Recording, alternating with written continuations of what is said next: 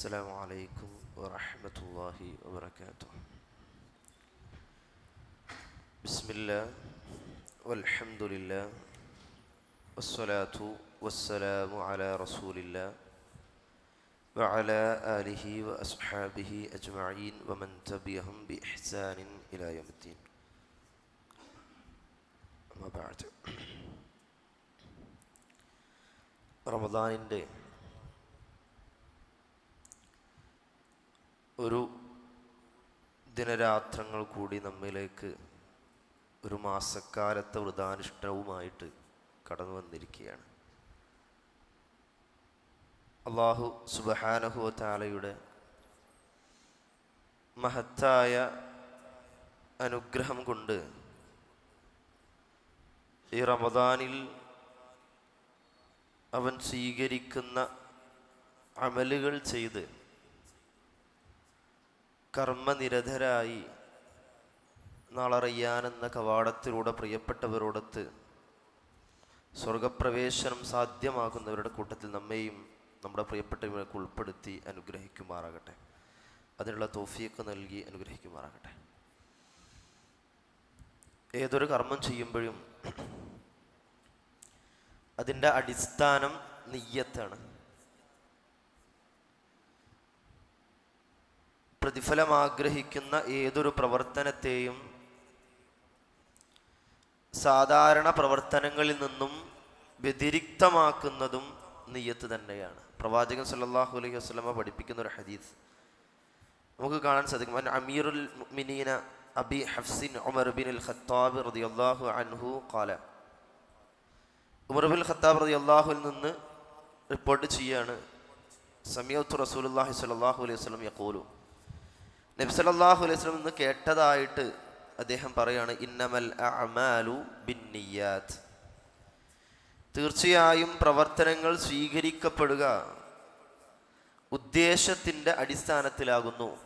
വ ഇന്നമാ ലികുല്ലി ഇംറിഇൻ മാ നവ, ഏതൊരാൾക്കും ഉദ്ദേശിച്ചതേ കരസ്ഥമാകുകയുള്ളൂ എന്നൊരു പഠിപ്പിക്കുകയാണ്. ഫമൻ കാനത് ഹിജ്റതുഹു ഇലല്ലാഹി വറസൂലിഹി ഫഹിജ്റതുഹു ഇലല്ലാഹി വറസൂലി, വല്ലവനും അള്ളാഹുവിലേക്കും അവൻ്റെ ദൂതനിലേക്കും പലായനം ചെയ്യുന്നുവെങ്കിൽ അവൻ്റെ പലായനം അള്ളാഹുവിലേക്കും അവൻ്റെ ദൂതനിലേക്കുമായിരിക്കും.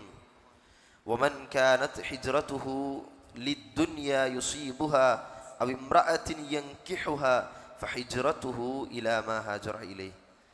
ഇനി ആരെങ്കിലും പ്രത്യുത വല്ലവൻ്റെയും പലായനം ഐഹിക നേട്ടങ്ങൾക്ക് വേണ്ടിയോ ഒരു സ്ത്രീയെ വിവാഹം ചെയ്യാൻ വേണ്ടിയോ ആണെങ്കിൽ അവൻ ഹിജ്റ ചെയ്തതിലേക്കായിരിക്കും, അതാണ് അയാൾക്ക് ലഭിക്കുക എന്ന് പഠിപ്പിക്കുന്നതായിട്ട് കാണാൻ സാധിക്കുന്നുള്ളതാണ്. നോമ്പ്, അതിന് നിയ്യത്ത് അനിവാര്യമാണ്.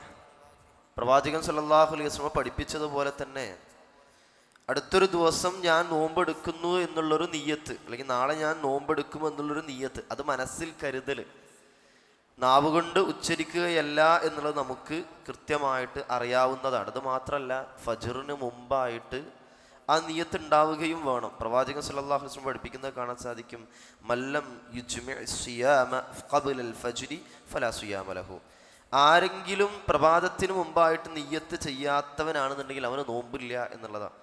അപ്പോൾ സുന്നത്ത് നോമ്പാണെന്നുണ്ടെങ്കിൽ ശരിക്കും ഫജ്റിന് ശേഷം പകൽ സമയത്ത് ഭക്ഷണമൊന്നും കഴിച്ചിട്ടില്ല എന്നുണ്ടെങ്കിൽ ആ ഒരു നേരത്ത് വേണമെങ്കിൽ നിയ്യത്തെടുക്കാവുന്നത്. എന്നാൽ അതേ സ്ഥാനത്ത് ഫർദ് നോമ്പുകളെ സംബന്ധിച്ചിടത്തോളം അത് ഫജ്റിന് മുമ്പ് തന്നെ നിയ്യത്ത് ഉണ്ടായിരിക്കേണ്ടതാണ് എന്നുള്ളത്. രണ്ടാമതായിട്ട് ഈ റമദാനിൻ്റെ ദിനരാത്രങ്ങൾ ഒരുപാട് പുണ്യങ്ങൾ പഠിപ്പിക്കപ്പെട്ടതായതുകൊണ്ട് തന്നെ ഏറ്റവും പ്രാധാന്യമർഹിക്കുന്ന അറിവ് കരഗതമാക്കുക എന്നുള്ള ഒരു നിയ്യത്ത് കൂടി നമ്മളിൽ ഉണ്ടായിരിക്കണം. അതിനുള്ള ശ്രമങ്ങളും അതിനുള്ള പ്രവർത്തനങ്ങളും ഉണ്ടായിരിക്കണം എന്നുള്ള പ്രവാചകൻ സല്ലല്ലാഹു അലൈഹി വസല്ലം പറയുന്നത് കാണാൻ സാധിക്കും, മൻ യുരിദില്ലാഹ ബിഹി ഖൈറൻ യുഫഖിഹു ഫിദ്ദീൻ, അള്ളാഹു ആർക്കെങ്കിലും നന്മ ഉദ്ദേശിച്ചാൽ അവനെ മതത്തിൽ അവഗാഹമുള്ളവനാക്കും എന്നുള്ളതാണ്.